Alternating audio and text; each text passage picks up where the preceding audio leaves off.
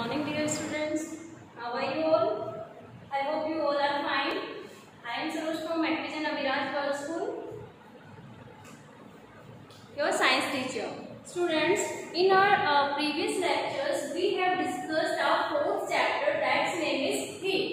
अपने पिछले कुछ lectures में हम अपना fourth chapter जो है heat वो समझ रहे थे, कर रहे थे, उसी को आज हम कंटिन्यू करते हैं। देखो, आज का टॉपिक है अपना कॉन्वेक्शन, है ना। कॉन्वेक्शन होता क्या है, उससे पहले किससे रिलेटेड है, एक जो टर्म है, हमने अपने लास्ट लेक्चर में भी इससे इंट्रोड्यूस हुए थे हम, है ना। तो ये जो टर्म है कॉन्वेक्शन, उसका एग्जैक्ट मीनिंग क्या है और किससे रिलेट करती है, वो एक बार थोड़ा सा रिकैप ले लेते हैं हम उसका। देखो, इसके अंदर इस चैप्टर में हीट में हमने हीट क्या होती है, उसकी एसआई यूनिट क्या होती है, इसको जो मेजर करते हैं वो डिवाइस है ना, क्या बोलते हैं, है ना। टेम्परेचर को मेजर करने वाले डिवाइस को हम क्या बोलेंगे, थर्मोमीटर। ये सब हम कर चुके हैं। थर्मोमीटर के टाइप, थर्मोमीटर के अंदर उसकी स्ट्रक्चर कैसी होती है, कौन सा फ्लूइड उसके अंदर फील्ड होता है ना, कहाँ कहाँ थर्मोमीटर यूज होता है। दूसरा, टेम्परेचर के बारे में हमने इसमें पढ़ा कि जो टेम्परेचर है, यानी कि किसी ऑब्जेक्ट की हॉटनेस और कोल्डनेस को मेजर करने के लिए पर्टिकुलर स्केल को जब हम यूज करते हैं और जो यूनिट हमें मिलती है या जो रिजल्ट आता है वो होता है टेम्परेचर। अब वो स्केल डिफरेंट हो सकते हैं। टेम्परेचर को मेजर करने के 3 स्केल्स हमने डिस्कस किए थे। फर्स्ट था Celsius scale, second one is kelvin scale and third one is Fahrenheit scale. ठीक है, उन तीनों में क्या रिलेशन होता है ना, कि अगर आपको डिग्री सेल्सियस में टेम्परेचर दिया हुआ है तो आपको उसको डिग्री फ़ारेनहाइट में कन्वर्ट करना है, तो आप कैसे करेंगे वो हम सीख चुके हैं। लास्ट लेक्चर में जो ये टर्म है कन्वेक्शन, जो जिससे रिलेट करती है ना, किससे रिलेट करती है, ट्रांसफर ऑफ हीट, हीट का ट्रांसफर होना, यानी कि एक ऑब्जेक्ट का जो टेम्परेचर दूसरे ऑब्जेक्ट से जब डिफरेंट होता है तो ही हीट का ट्रांसफर होता है ना। कंडीशंस हमने हीट ट्रांसफर के लिए पढ़ी थी कि 2 ऑब्जेक्ट्स का टेम्परेचर डिफरेंट होना जरूरी है, ठीक है। और जो हीट का ट्रांसफर होता है वो 3 वेज से हो सकता है ना। 3 मोड्स होते हैं उसके, 3 तरह से हो सकता है।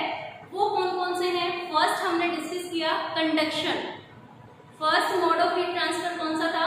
Conduction. Second one is convection and third one is radiation. तो लास्ट लेक्चर में हमने first mode of heat transfer discuss किया था, दैट कंडक्शन। आज हम second mode of heat transfer discuss करने जा रहे हैं, वो क्या है, कन्वेक्शन। देखो, कंडक्शन क्या था कि 2 ऑब्जेक्ट्स का टेम्परेचर डिफरेंट था, बट उनके अंदर हीट ट्रांसफर तब होगा जब वो डायरेक्टली कांटेक्ट में होंगे, है ना।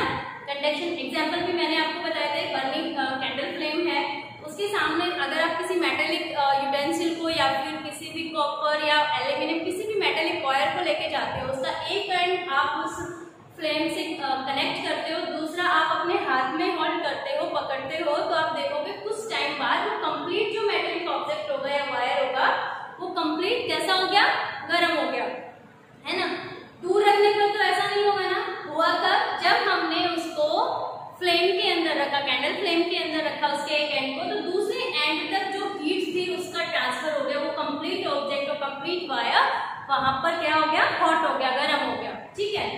वो हीट का जो ट्रांसफर मोड था वो कौन सा था, कंडक्शन। उसके लिए देखो 2 चीजें जरूरी हुई, कौन कौन सी 2 कंडीशंस नेसेसरी हुई ना कंडक्शन के लिए, कौन कौन सी। एक तो ऐसे 2 ऑब्जेक्ट्स होने चाहिए जिनका टेम्परेचर डिफरेंट हो, अगर वो सेम टेम्परेचर पर होंगे तो हीट का ट्रांसफर नहीं होगा।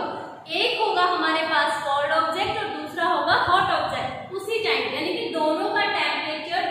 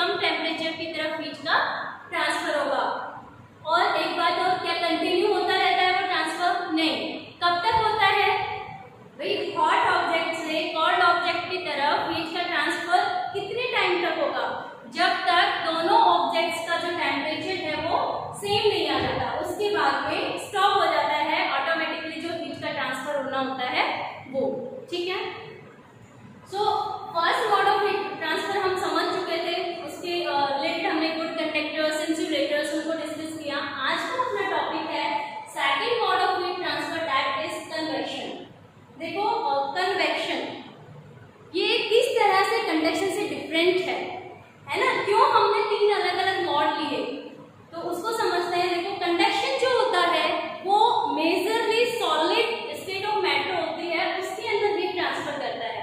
एक्सपेरिमेंट से जो भी हमने देखा था कि मेटालिक यूटेंसिल्स है, जब हम खाना बना रहे हैं या फिर किसी वायर को हम गर्म कर रहे हैं, तो यानी कि जो ऑब्जेक्ट हमारे थे जहां पर हीट का ट्रांसफर हो रहा था उनकी स्टेट ऑफ मैटर कौन सी थी, सॉलिड, है ना। मैटर की 3 स्टेट्स होती हैं, सॉलिड, लिक्विड एंड गैस।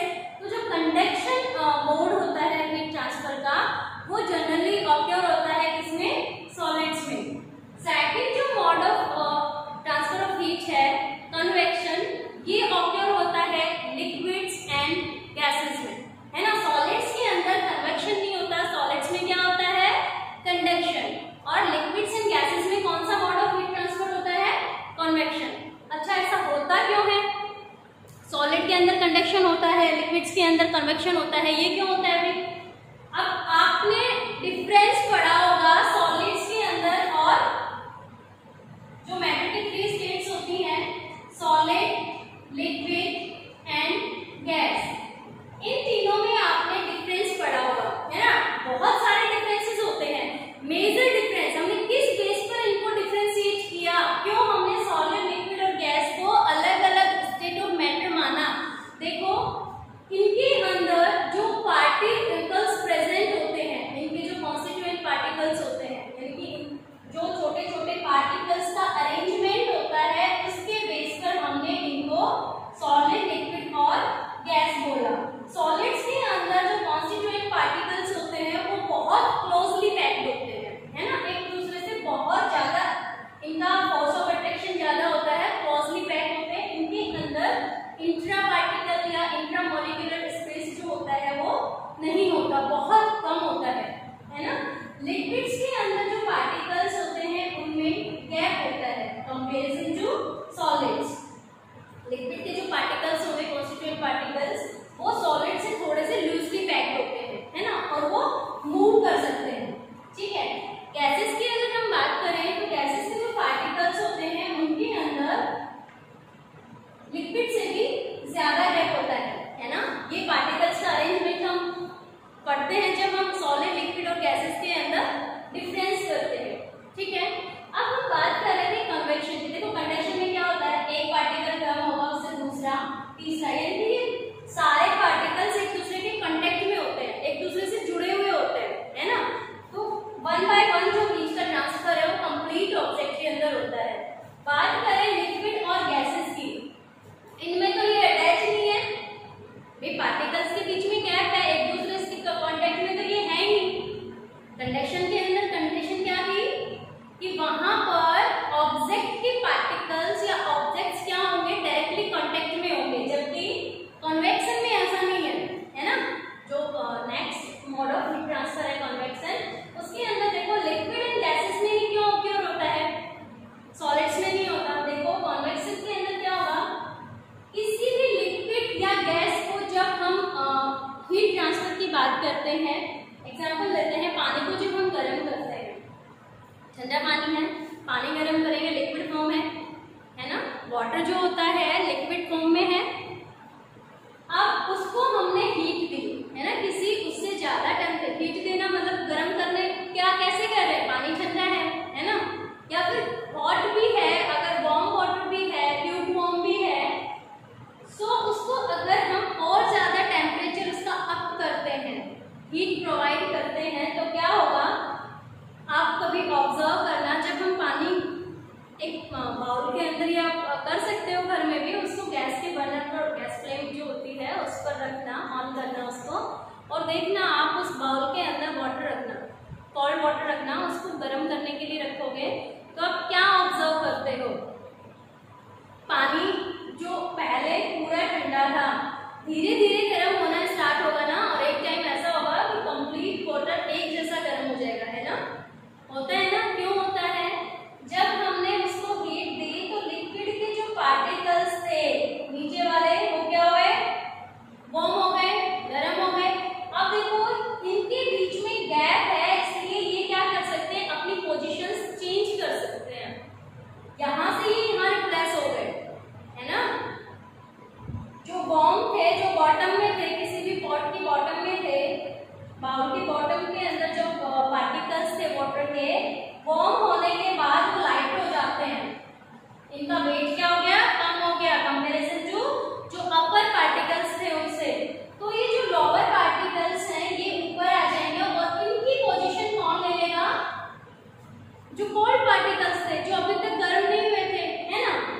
अब ये आए हीट के कांटेक्ट में, यहां से ये वार्म हो गए, सो ये भी लाइट हो गए, ये ऊपर चले गए, देन जो बचे हुए हैं वो नीचे आएंगे। इस तरह से अब आप देखिए करंट बन जाता है ना, एक फ्लो बन गया कि जो हैवियर है वो उसके बॉटम में आएंगे और जो लाइटर है वो उसके टॉप में जाएंगे, है ना। और एक चीज आपको ध्यान रखनी है, जो वार्म पार्टिकल्स होते हैं वो लाइटर होते हैं कंपैरिजन टू कोल्ड पार्टिकल्स, ठीक है। इस तरह से एक करंट का फ्लो होगा और जो हीट का ट्रांसफर है वो एक पार्टिकल से दूसरे पार्टिकल में देखो नहीं हुआ, एक्चुअली वहां पे एक फ्लो बना है, एक करंट बनी है, देखो एक पार्टिकल से दूसरा पार्टिकल के अंदर ट्रांसफर नहीं हुआ है हीट का, क्या हुआ है उसने अपनी पोजीशन चेंज की है और उसकी पोजीशन उस पार्टिकल ने ली है जिसका टेम्परेचर कम था, ठीक है। समझ आया कन्वेक्शन, यही प्रोसेस है उसको हम बोलते हैं कन्वेक्शन। पार्टिकल्स का अपनी पोजीशन चेंज करना, जब उसको हम हीट देते हैं या उससे ज्यादा टेम्परेचर के किसी कांटेक्ट में लेके आते हैं किसी ऑब्जेक्ट के में, ठीक है। और ये प्रोसेस गैस और लिक्विड में ही होती है कन्वेक्शन की। उसका रीजन आप बता सकते हो, सॉलिड्स में नहीं होगी। क्यों नहीं होगी, क्योंकि सॉलिड्स के अंदर पार्टिकल्स के बीच में इंट्रा पार्टिकल जो गैप है वो नहीं है, यानी कि वो मूव नहीं कर सकते, वो अपनी पोजीशंस पर फिक्स हैं, उसको चेंज नहीं कर सकते। जबकि गैस और लिक्विड के अंदर ऐसा है, उनके बीच में गैप है और वो अपनी पोजीशन चेंज कर सकते हैं, छोड़ सकते हैं, ठीक है। सो कन्वेक्शन इसलिए ऑकर करता है लिक्विड एंड गैसेस में। समझ आ गया होगा, डेफिनेशन भी यहाँ से क्लियर हो जाती है। फिर भी एक बार जस्ट देख लेते हैं कैसे डिफाइन कर सकते हैं हम कन्वेक्शन को।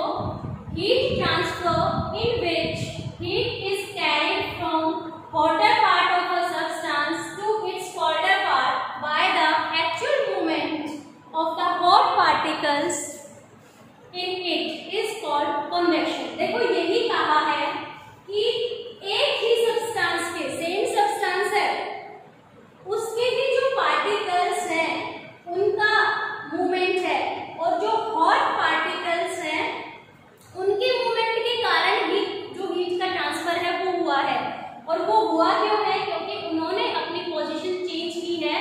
वो हॉट होने के बाद उस जिस भी पॉट में या जहां भी हमने वाटर या गैस को लिया हुआ है, जिस भी पॉट में कहीं भी, तो उसका जो बॉटम से टॉप में चले जाएंगे वार्म होने के बाद, और बॉटम के अंदर जब इन्होंने अपनी पोजीशन छोड़ी तो वहां पर कोल्डर पार्टिकल्स आ जाते हैं, ठीक है। अब ये तो बात है डेफिनेशन की, समझ आ गया कन्वेक्शन। ये जो कन्वेक्शन है, हीट ट्रांसफर का जो मोड है, इसका अपने डेली लाइफ में हम कहाँ कहाँ एप्लीकेबल है, कैसे यूज होता है, सोच के देखो, बताओ भाई। बहुत सारे ऐसे हमारे डेली लाइफ के टास्क हैं जहां पर ये जो फिनोमिना है ये काम करता है, कन्वेक्शन। आपने ऑब्जर्व किया है कभी कि आपके जो रूम्स होते हैं उसके जो डोर्स या विंडोज होते हैं उनके ऊपर स्मॉल वेंटिलेटर्स बने हुए होते हैं, देखे आपने अपने घरों में कभी वेंटिलेटर्स क्या बोलते हैं आप उनको, झरों के जैसे बने होते हैं ना, स्मॉल विंडोज जैसे होती है ना, वेंटिलेटर्स बोलते हैं ना उनको। क्यों होते हैं वो, सोचा है आपने कभी, क्या जरूरत थी, हम उनसे बाहर आते जाते हैं क्या, नहीं, हम तो डोर से जाते हैं, है ना। जब हमें हवा चाहिए होती है तो हम विंडो को ओपन करते हैं। फिर वेंटिलेटर्स क्यों बने हुए होते हैं, क्या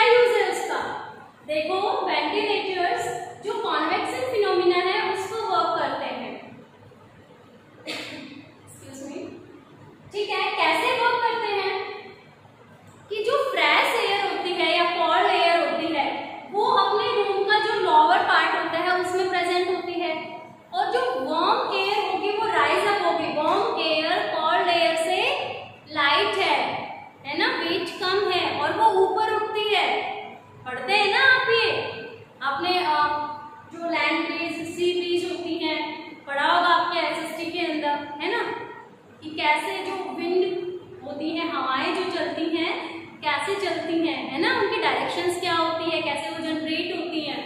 तो उस कंसेप्ट में आपने ये पढ़ा होगा, नहीं पढ़ा है तो आप अभी मैं बता रही हूँ आपको कि जो वार्म एयर होती है उसका वेट कम हो जाता है, वो लाइटर हो जाती है कंपेरिजन टू कोल्ड एयर।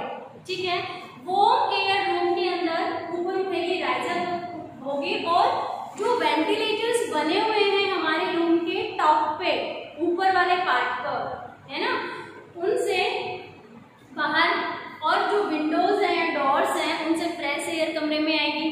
समझ आया क्यों बने हुए होते हैं वेंटिलेटर्स? अच्छा, एक और अगर हम एग्जाम्पल की बात करें, आपने देखा है कि आपके घर में फ्रिज, सबके घर में है ना भाई फ्रिज। फ्रिज के अंदर जो फ्रीजर होता है, आपका जो रेफ्रिजरेटर है उसमें जो फ्रीजर पार्ट है, फ्रीजर पार्ट जिसके अंदर आइस हम बनाते हैं, है ना, वो टॉप में होता है सभी फ्रिज में। आपने किसी के घर में ऐसा फ्रिज है क्या जिनके जो फ्रीजर है वो फ्रिज के बॉटम में हो?